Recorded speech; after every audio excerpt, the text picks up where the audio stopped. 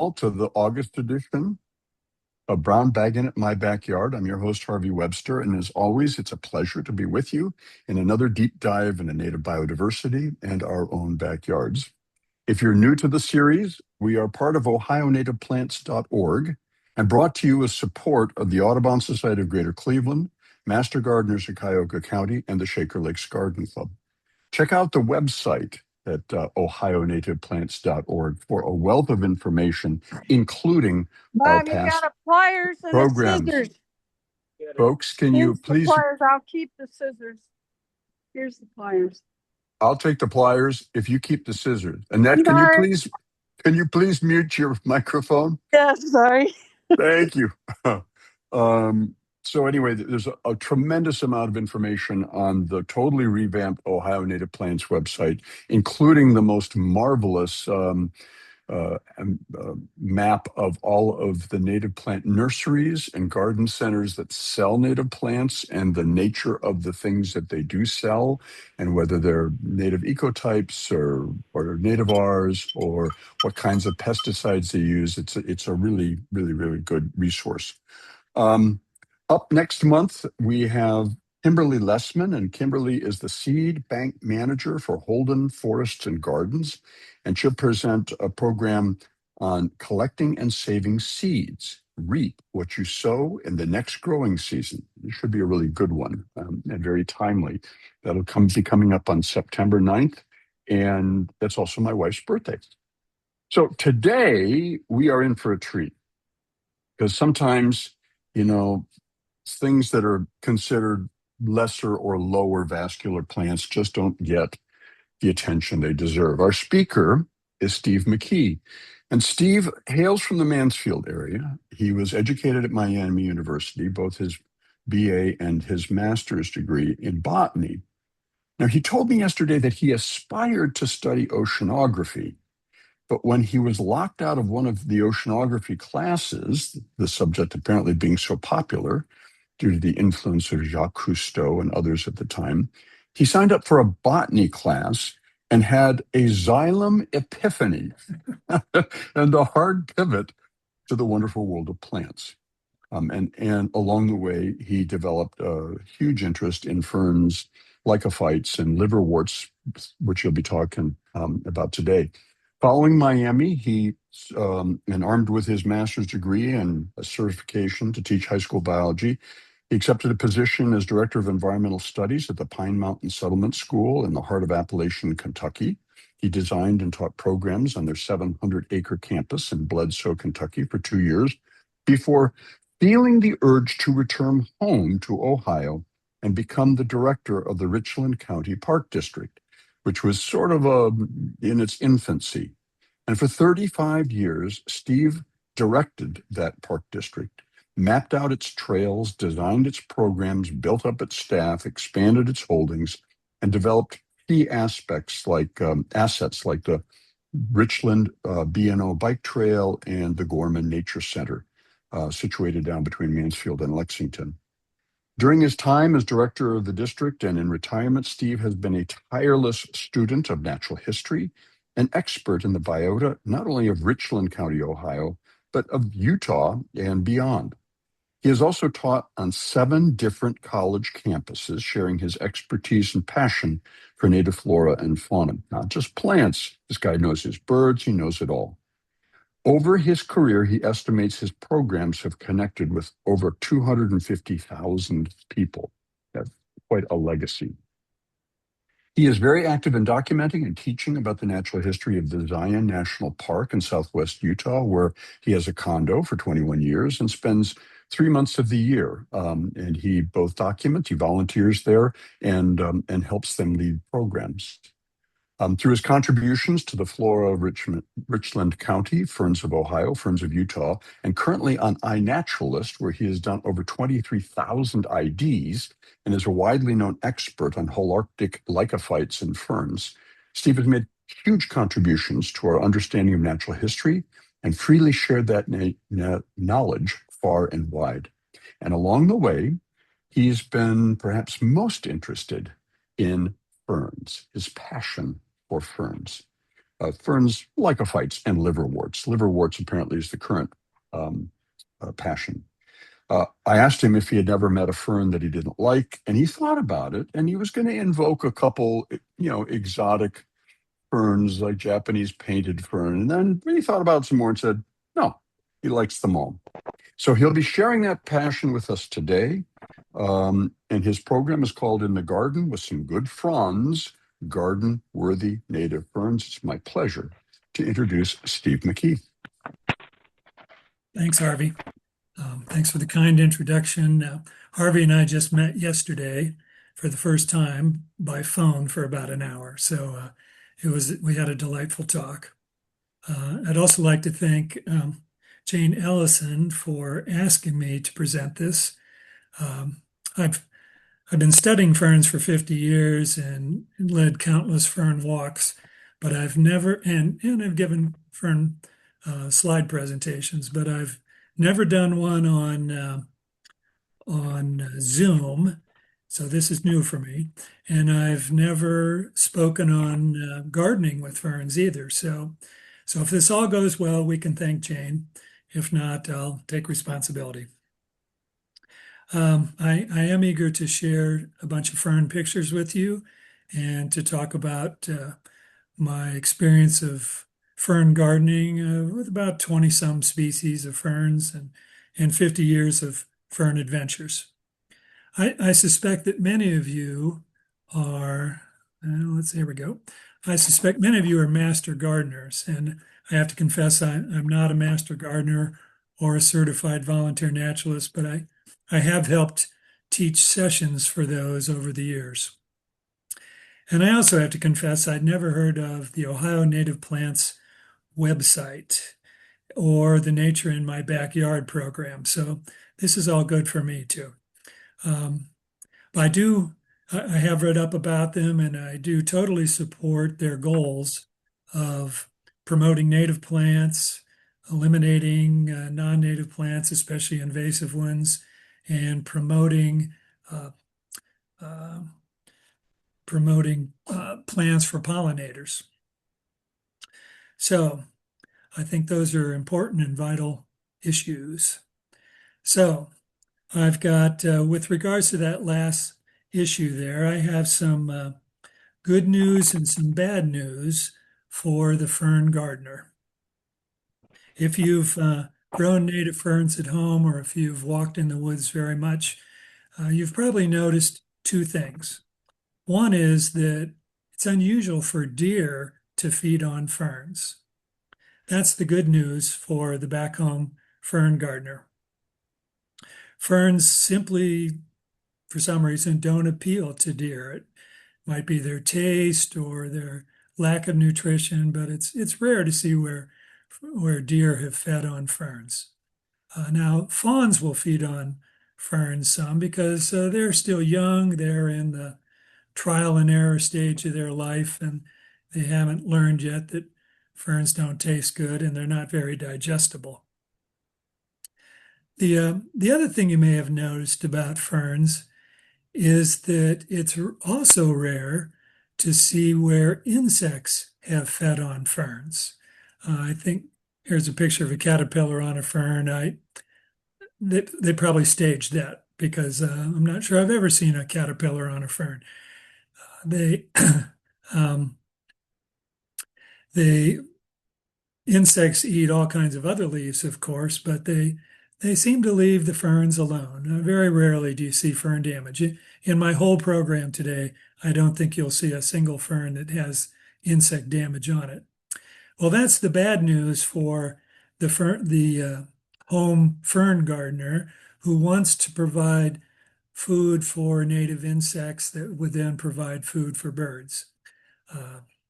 And of course, ferns can't help out those of you that want to attract pollinators either because they don't have flowers, they don't have pollen, they don't have nectar. So that was the bad news. But all that said, if you're still willing to listen here, I'd be glad to talk about some garden-worthy native ferns with a stroll through the garden with some good fronds. The So, how many ferns are there in Ohio? Well, the answer is not as simple as it may seem. By my count, there are 66 fern species in Ohio, but there are also 18 fern hybrids and subspecies, some of which are fairly common. And if you include the horsetails, which as of 2001 are also now considered ferns, you have a grand total of 94 different fern taxa just in Ohio. Oops, there we go. All of them are fascinating to me, but I'm going to focus on the ones that are garden worthy. And I'm going to start with a fern you don't see in yards very often, but it has become the garden fern that delights me most.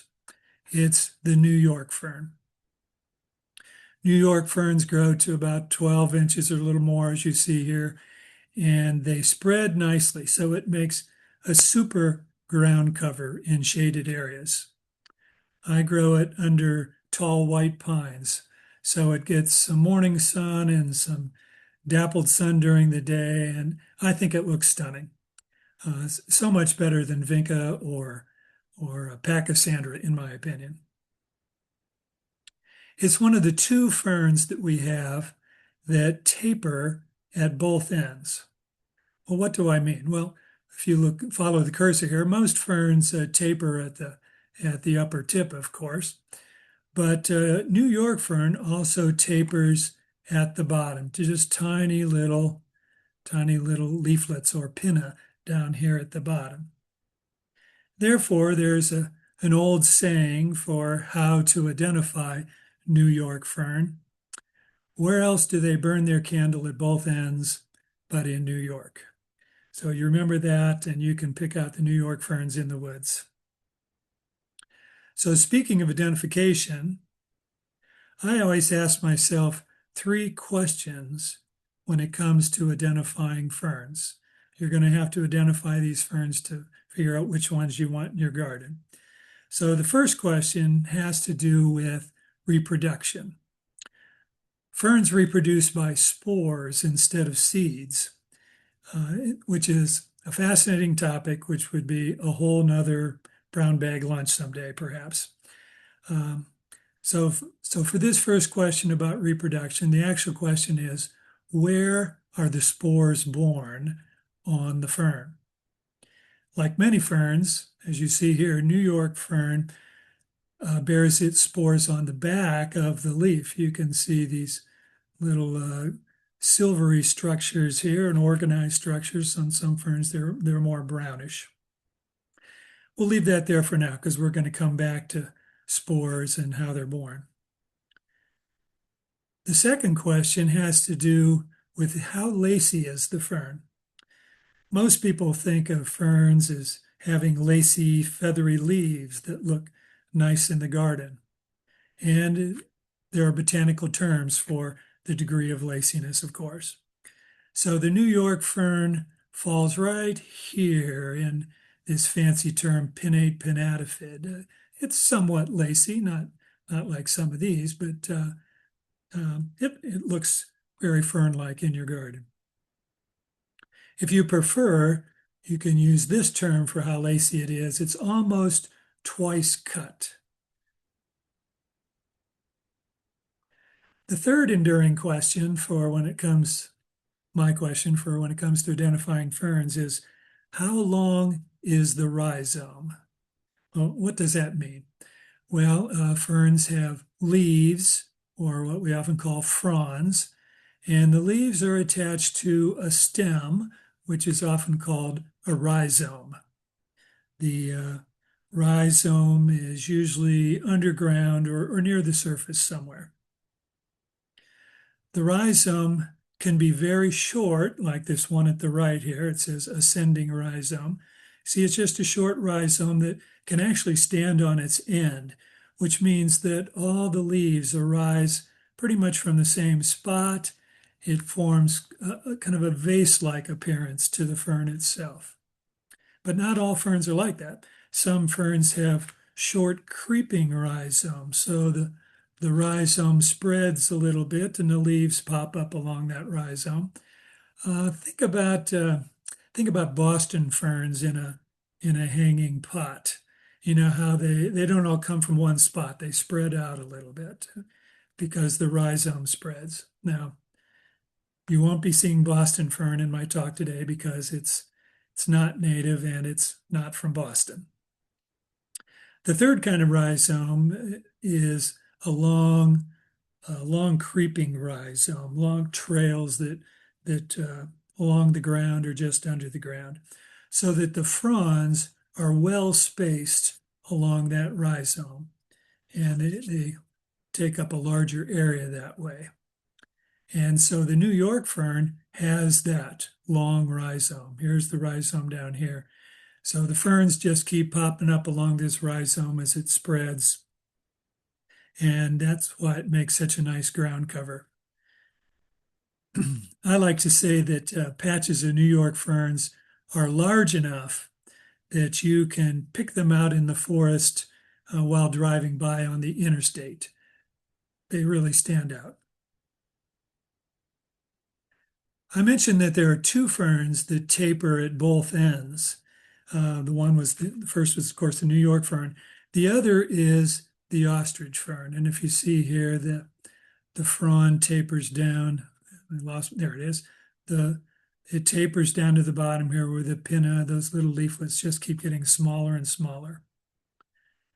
I rarely see New York fern planted in gardens, but ostrich fern is big and showy in many yards. So question one, where are the spores born? Ostrich fern actually has two kinds of fronds. There is the big leaf that you're used to seeing, which is sterile, doesn't have spores on it. And there's often a special fertile frond that is shorter and tucked down among the others, like this drawing on the right here. The fertile frond is dark green during the summer, and but it remains as a brown skeleton during the winter when the other leaves have died down. So here is this on the left. Here is this year's sterile ostrich fern frond, and on the right here, this brown structure is last year's fertile frond, and this is pachysandra, which is in someone else's garden. That's not in mine. That person will remain nameless. The question two, how lacy is the frond? Well, the ostrich fern isn't very lacy. It's a lot like the New York fern. It's almost twice cut. And question three, how long is the rhizome? The ostrich fern rhizome is actually very short and stands upright like a mini trunk. And so all the leaves grow vase-like, as you see here in this picture. They all come from a common spot. But if you've grown ostrich fern, you know that you get one or two new ones each year. You can see one over here and one over here. In addition to the upright rhizome you see illustrated here, the fern also sends out thinner runners or stolons heading out 1 to 3 feet in each direction from that main rhizome, and new ferns can pop up on those. So that's great if you're trying to create a fern border, like on this house. I was driving by someone's yard and saw this and thought, this needs to be in the program. Or they can get out of hand if you don't keep up with them. I've given away dozens of ostrich ferns. Please take some more. I've got to thin this out. This isn't my house. This is one I happened to see driving by. If this is your house, I didn't mean to offend you. I just saw it driving by and thought it'd make a great photo. By the way, perhaps you've heard that people eat the emerging leaves of some ferns. The emerging leaf is called a fiddlehead. You see why here. It looks like the head of a violin. And ostrich fern is the fern that provides most of the fiddleheads for commercial use. Which brings us to this unusual fern. And if you follow the cursor, what has happened here? There are these brown patches with withered up leaves. I thought I said that insects didn't bother ferns very often. Well, this isn't from insect damage. Remember our first question, where are the spores born on the fern? And the ostrich fern, which we just saw, has special fertile fronds, and this fern has special fertile leaflets, or pinna they're called. So these brown withered up things are actually leaves that are bearing spores, or leaflets, I'm sorry, that are bearing spores. So you see them here, he's scattered all along here. If you look at a drawing of it, you'll find these fertile pinna are in the middle of the leaf, like here. And thus they interrupt the growth of the fern. And that's how it got its fascinating name, the interrupted fern. I've grown interrupted fern in my partly shaded garden areas and for years, and it's fairly lacy. It spreads a little bit. It's a wonderful plant to grow. Not all of them get interrupted, as you see here. In fact, I don't think any of these are, but still looks great. Here's an easy one to find and grow. This is called the silvery glade fern. It's only fairly lacy, as you see, has a short rhizome, so it spreads to kind of a small area. The silvery glade fern takes its name from the interesting silver stripes on the bottom of the leaf. This has to do with question 1. Where are the spores born? Well, the spores are born right here along these silvery structures.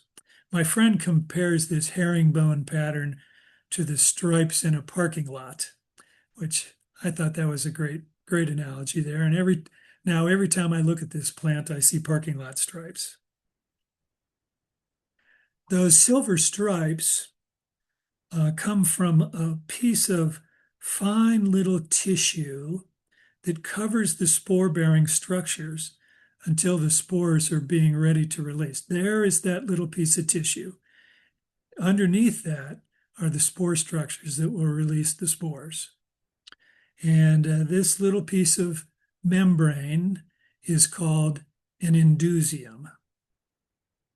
Now, before you tune out and assume that all botanists are old stuffy people, they're humorless and they like to make up scientific words, you need to hear that indusium is Latin for underwear, or technically a woman's undergarment. Isn't that perfect? The fern's private reproductive parts are covered by underwear. The indusium is not just a fun word and not just something that's fun to look at in your garden and to show your friends. They are valuable tools for the identification of ferns. You can see here that some indusia are kind of bean shaped, some are shaped like eyebrows, some are star shaped like in Woodsia, some form a little umbrella like in Polystichum, some of them make little tubes, some of them make little cups, sometimes the indusium is hot dog shaped like this one, and there are some ferns like Polypodium that doesn't have an indusium at all. So imagine that. These ferns are going commando with no underwear.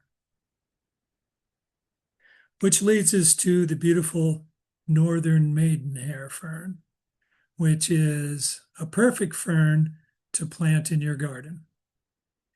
It has a very attractive shape and symmetry if you haven't seen it before, and this would be an eye-catching addition to your garden.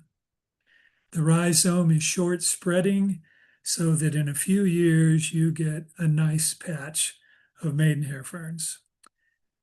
And if you look on the back, where did the spores go? Where is the indusium? There aren't any little brown spots here. Well, the maidenhair fern, oops, sorry, wrong direction. The maidenhair fern has what's called a false indusium. Can you believe it? Fake underwear. Instead of a special membrane to protect the spores, the edge of the leaf, like you see here, actually folds over all along this edge here and protects the spores until they're ready to be released. So, wouldn't it be fun to show off the false indusia to the friends in your garden? We'll look at next we'll look at a great group of ferns for your garden, the wood ferns.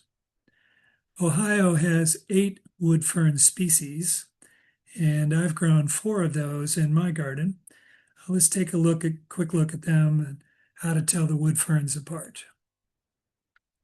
Wood ferns usually have a fairly short rhizome, so they can be a vase-like cluster or spread just a little bit.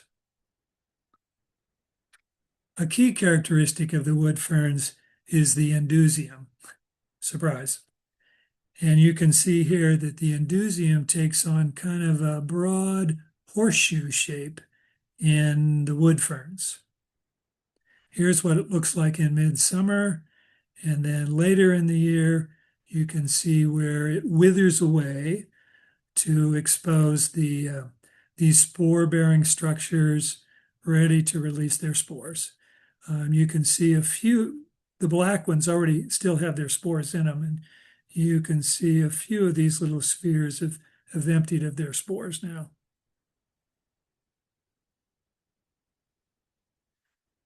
One more characteristic of the wood ferns has to do with their stipe, and the stipe is the name that's given to the leaf stalk, the stalk that holds up the frond. And the stipes in wood ferns are covered with scales, usually brown or tan scales like you see here. They're not the only ferns that get scales on the stipes, but the wood ferns are distinctive for having a lot of them. Perhaps the most common wood fern in your area would be the spinulose wood fern. Note how it's one of the most lacy ferns in Ohio. And it makes a great clump in your garden, as you see here. Another wood fern common in a good part of Ohio is the evergreen wood fern. Now, if you're looking at this and you say, "Whoa, man, that looks a lot like the last one we saw." Well, they do look a lot alike. Please don't be discouraged. The spinulose and the evergreen wood fern can be told apart, though, with just a little bit of practice. You can tell them apart from several feet away, but it takes a while.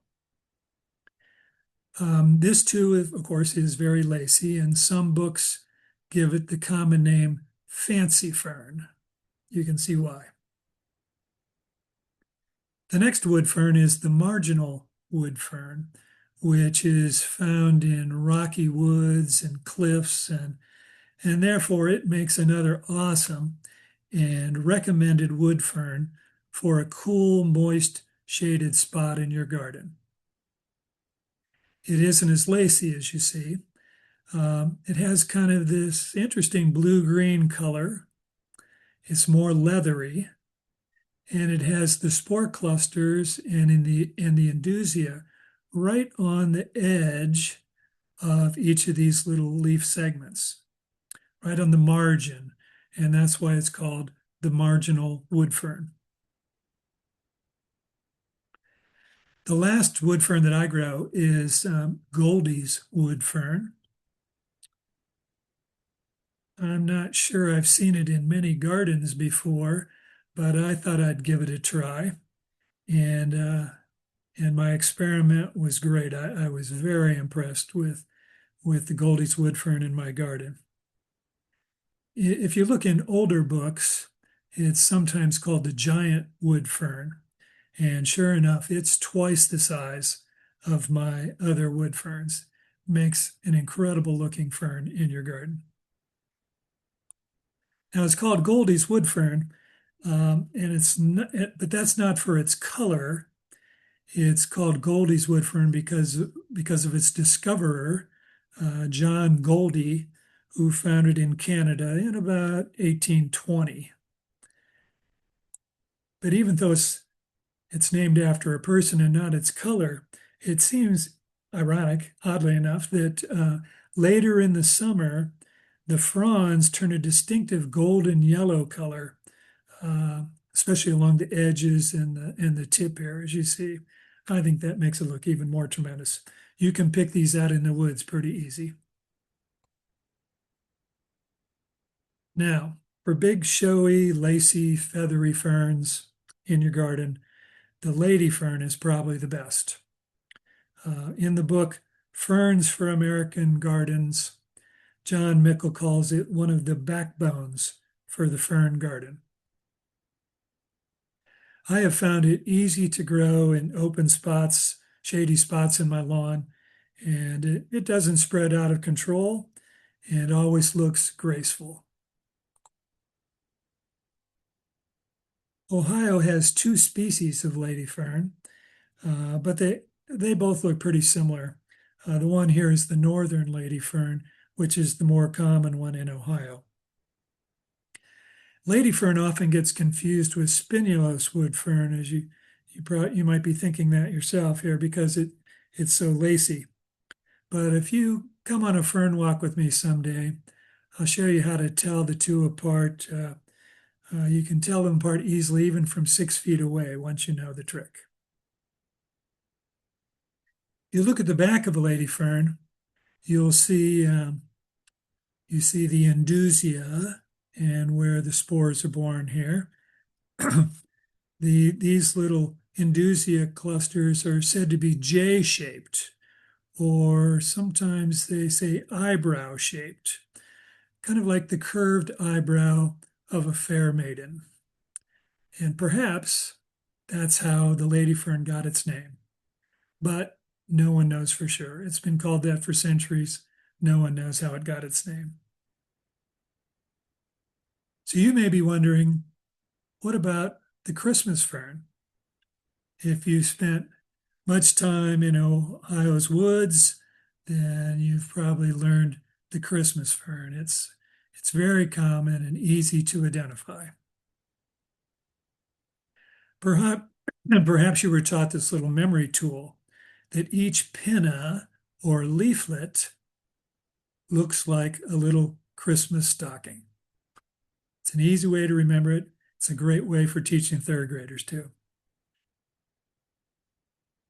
It's also dark green, as you see here, dark green waxy and evergreen. So it's here at Christmas time, which is supposedly how it got its name from the early settlers. That makes for a nice fern in your garden because when the others die away in winter, the Christmas fern is still there. Note on the Christmas fern, these indusia here, you can see the spore structure starting to poke out from underneath them, but each indusium is shaped like a little umbrella with the attachment in the center. That's distinctive for this genus and looks very cool. Even though it's evergreen, it still gets new fiddleheads each spring and that are very scaly and look pretty dramatic. The Christmas fern is once cut, which means it's not at all lacy. The spores are borne on the outer portions of some fertile fronds, as you see here. Christmas fern is adaptable in your garden. It can grow in low light situations or sunnier spots with various kinds of soil. So it's not a hard one to grow. And so it probably wouldn't surprise you that it's a pioneer on slopes and exposed soils, which is a nice way of saying that it's kind of weedy. If a fern can be weedy, the Christmas fern would be it. But that's in an ecological sense, a pioneer. So here's a slope in the woods, and all of these little clumps are Christmas ferns. That's a place they really like.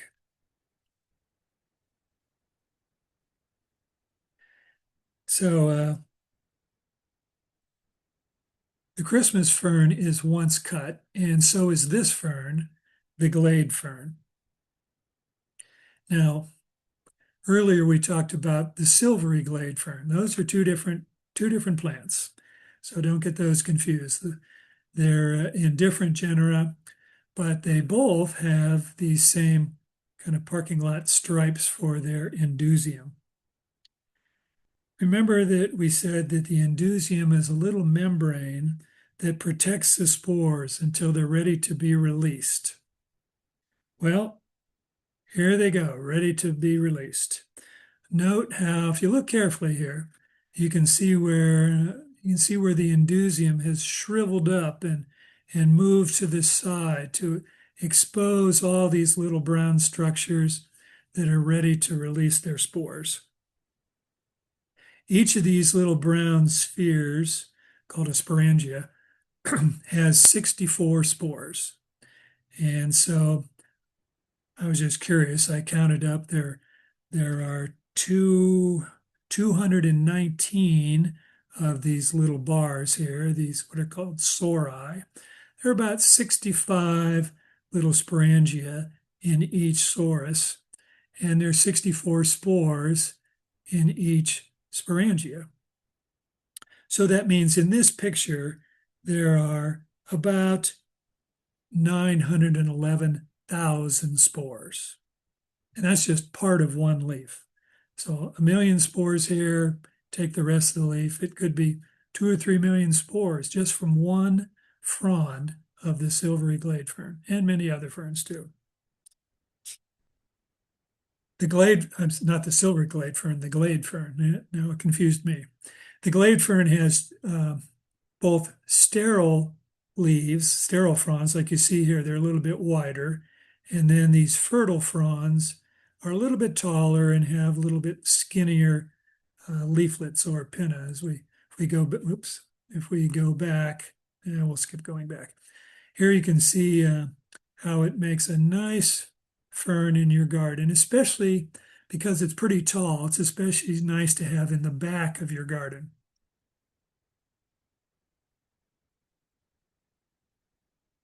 So in the front of your garden, you're going to need a shorter fern. And one of my favorites to grow is the bulblet fern.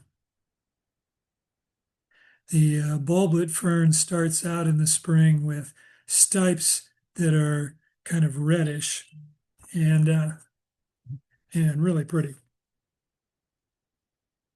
It's called the bulblet fern because it produces these strange little structures on the bottom called bulblets.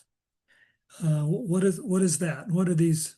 Why does it make those? Well, this is a form of reproduction. It does have spores, as you see here. It has spore structures, but these little bulblets are asexual propagules.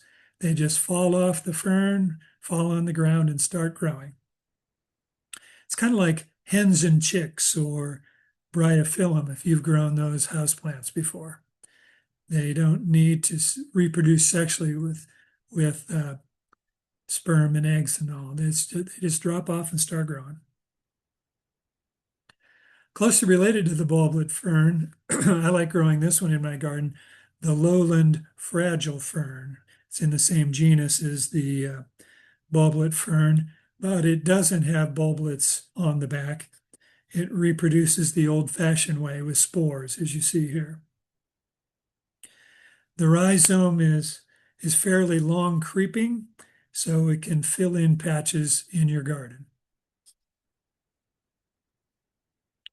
Here's another small one that I enjoy growing in my garden near the front where because it's not very tall, and that is the common oak fern. The oak fern has a rhizome that spreads to make a nice little patch, and the frond has an interesting triangular shape. That's kind of unique. It's not the only one that has a triangular shape.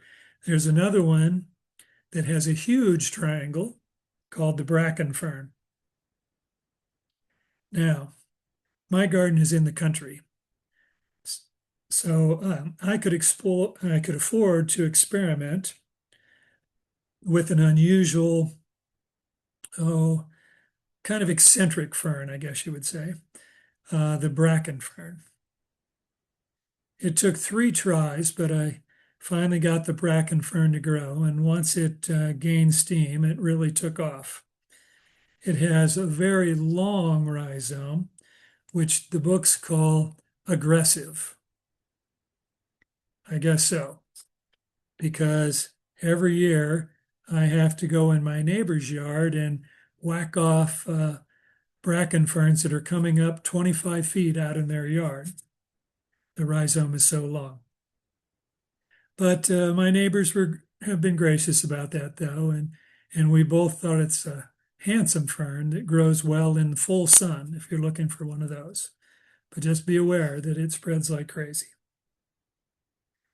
Well, that's a lot of ferns and a lot to absorb in one setting. But you can go back and rewatch the video if there are a couple of those ferns that really caught your attention and you'd like to grow at home. Here's some resources you might want to look into also. Here's the Fern Grower's Manual, which is it's 600 pages long, written by a friend of mine, Robin Moran, and it's got everything you'd want to know about ferns all over the world for growing ferns. Here's one that's good for American Gardens, Ferns for American Gardens by John Mickle. And you might be interested in a book for how to identify ferns. There are lots of good fern identification books. This one's fairly new by Emily Sessa, and I thought I'd put the picture of that one in because I'm pretty pleased with that. So, thank you for your attention, and I'd be glad to take some questions or whatever comes next. Steve, thank you very much. Very, very informative. And I think we're all inspired, even though we might not have pollinating insects and the like, the fact that our native ferns provide such color and texture to gardens, very, very interesting. I'm looking there's a couple questions. One just came up. Is sensitive fern native to Ohio? Yes, it is.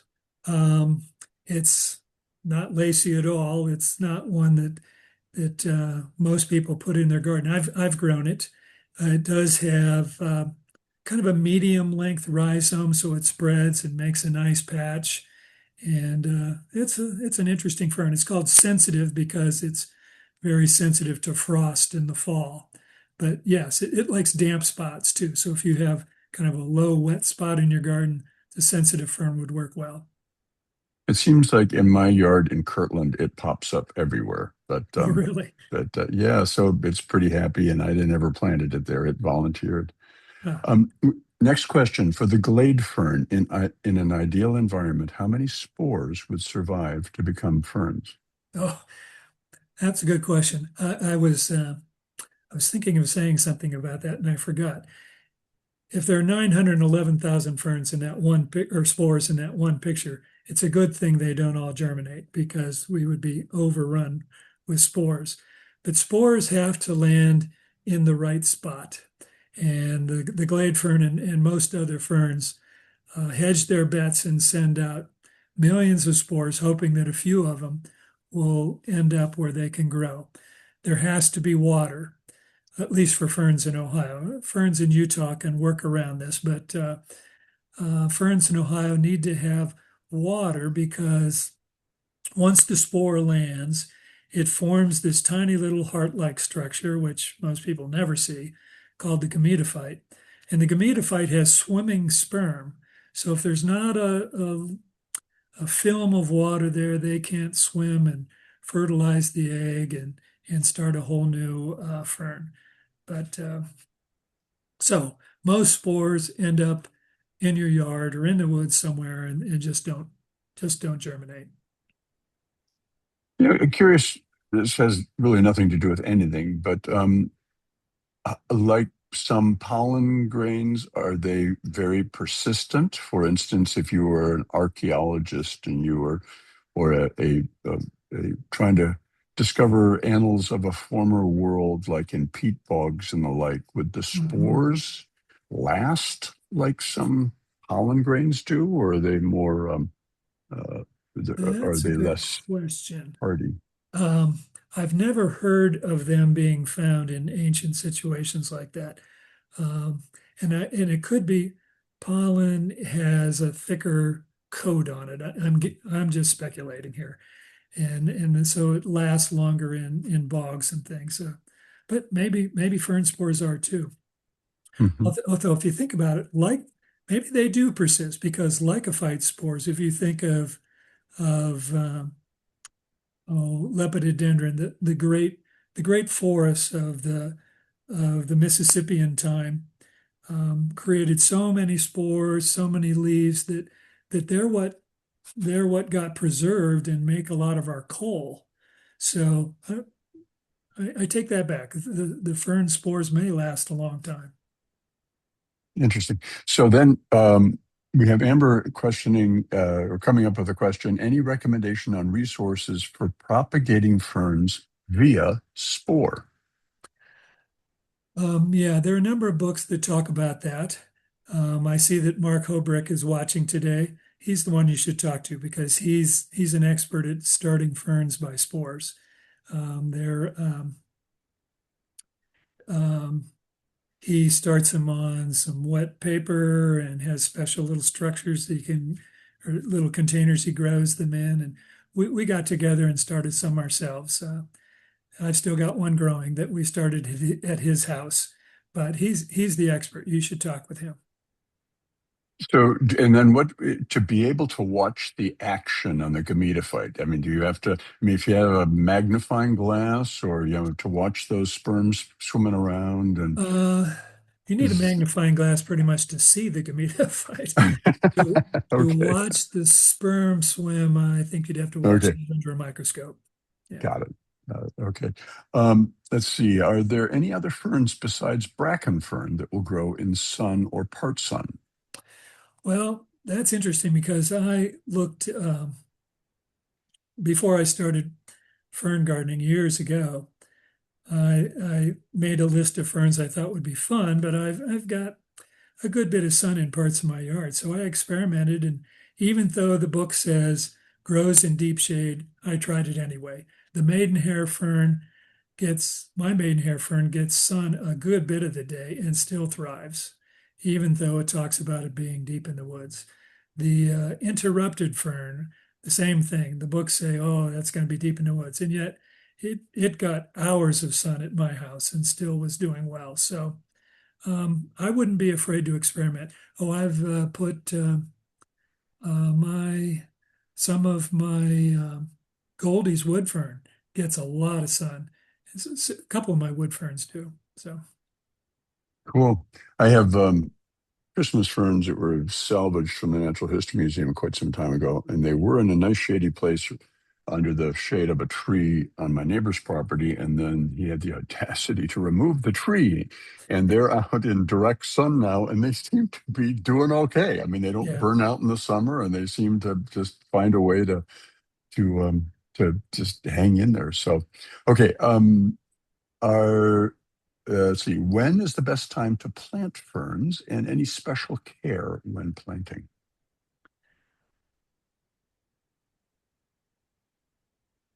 Um, I've planted every season of the year, so there may be a better time, but I don't know what it is. If you've got an opportunity to, if a friend gives you a fern, go ahead and plant it. So, or I get some ferns by what I call ditch rescues, ferns that are Hmm. coming up in a ditch, and I know that snowplow is going to kill them. I dig them out of the ditch, and I've done it probably every month of the year, and it seems to work. So, So, which brings up another question about sourcing ferns. Now, we talked about native plant nurseries and the like, but um, salvaging ferns from a roadside ditch, is that in your view, if they're going to be sprayed with glyphosate, or if they're going to be snow oh yeah, plowed under, or whatever else, that's fair game to give them a new lease on life? yep, I don't have a problem with that.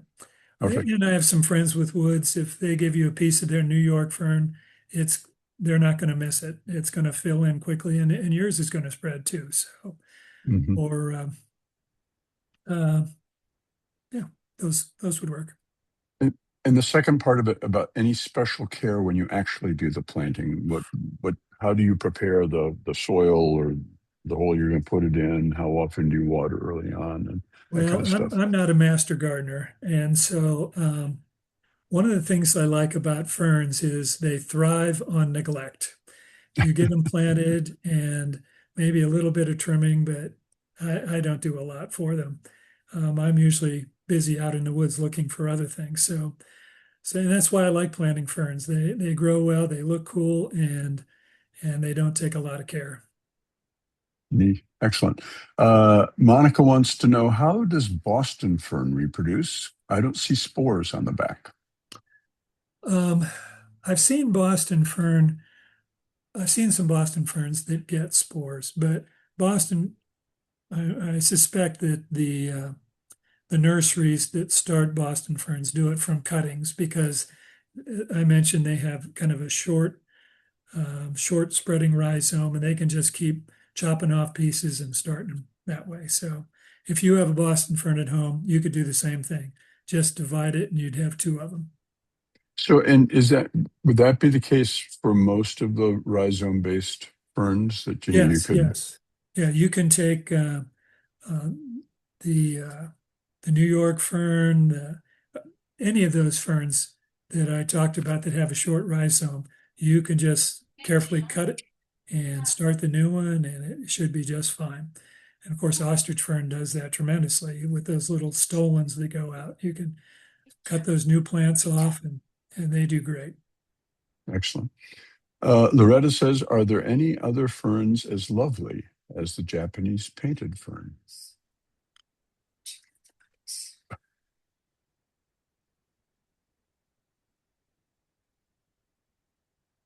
Beauty is in the eye of the beholder, needless to say. Right. Okay, we'll just move on. Jane wants to know about your thoughts on hay-scented ferns. Oh, I love the hay-scented fern, and I grew that at home. I grow that at home. It it's also fairly aggressive. If you can get it started, if you have a sunny spot, that's another good one for a sunny spot. It'll spread, it'll form areas as big as your kitchen once it gets going, and uh, which is nice if you have something to fill in like that. I wouldn't put it if you have a small little garden with little spots where you want your ferns. Don't put a hay scented fern. But somewhere else, they're wonderful. If you crush them up a little bit, they smell like new mown hay. Um, I think it's a lovely fern. Kind of looks like kind of looks like lady fern in a sense. Pretty lacy and arching fronds. It's a beautiful fern. Mhm. Do any Ohio ferns grow in dry shade? Dry shade. Yeah, the Christmas fern, I think would. Um, How about bracken? oh yeah, brackenwood for sure. Well, yeah, bracken grows about anywhere. Yeah. There's this joke about how there's only one bracken fern in the world, because the rhizomes are so long, they just keep coming up all over the country. So, It's like encountering the aspen trees in the West. I can't remember the name of that one aspen tree that covers, some huge amount of area, and everything is genetically identical. exactly. Um, Carolyn was interested, can we get a copy of the presentation slides? That's, I mean, the video will be available on the Ohio Native Plants website. Yeah. Probably be posted yet Almost all today. the slides are ones that I took, and you're welcome to use them. That's really nice. They're just 3 or 4 pictures that I had to borrow from somewhere else. So, Um, yeah, and Wendy just said that the recording will be posted. So just, pay attention. Come back to the OhioNativePlants.org site often, because there's, again, a wealth of information there, including these past presentations. So I loved your description of the indusium and, undergarments. But when you were talking about lady fern and curved eyebrows as something of a female trait, I always think of Tim Misney. So anyway, it took me in a different direction. I'll make them pay. okay. Well, Uh, that's from an old book. I love uh-huh. reading old fern books, and this one talked about, oh, look how the indusium looks like the eyebrow of a fair maiden. So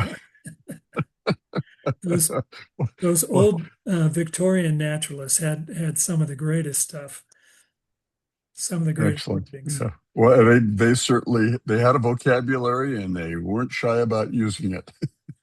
and they're amazing. They did their back in Victorian age. There were men's fern groups that would go hiking every Sunday to go out and look at ferns, and they would go in their 3-piece wool suits. Can't imagine. Yeah. So we've had this deep dive into ferns, but your current passion are liverworts, among all of your other interests. So how did we get to that? And how broad a field is that? How many potential species? And you said you just came back from Alaska and you had encountered 17 species, I believe, on your wish list. Um, what's next for you in the world of liverworts?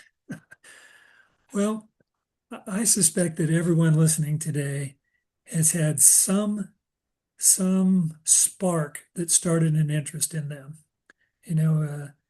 It might be you saw a colorful bird in your backyard, and you that got you interested in birds. Or in my case, it was with ferns. It was a friend in graduate school, Jim Hickey, who is the late Jim Hickey, and he got me interested in ferns. He showed me one. It was a spark. It's never died. And so I was in Utah leading a hike for some people in a canyon, and I saw this strange growth on the canyon wall that had all this white fringe around it. I had no idea what it was. I assumed it was a plant, but I wasn't even sure. So I took some pictures, and a couple months later, I dug them out. And in the center of it, it was kind of green, like some liverworts I've seen. And I sent it off to a friend.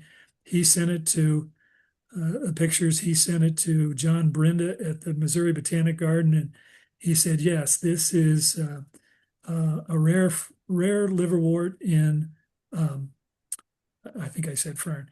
It's a rare liverwort in Utah called what's it called? The hyaline liverwort, Clevia hyalina, and that was the spark I needed. I just started wondering about liverworts, and now most of my time is spent on my knees with my hand lens looking at rotten logs for liverworts. So Well, everyone needs a retirement occupation. there you So go. are Well, lichens next, perhaps? Or well, I might get to those, but yeah, my wife probably has 50 pictures of me on my knees looking at something near the ground. So excellent.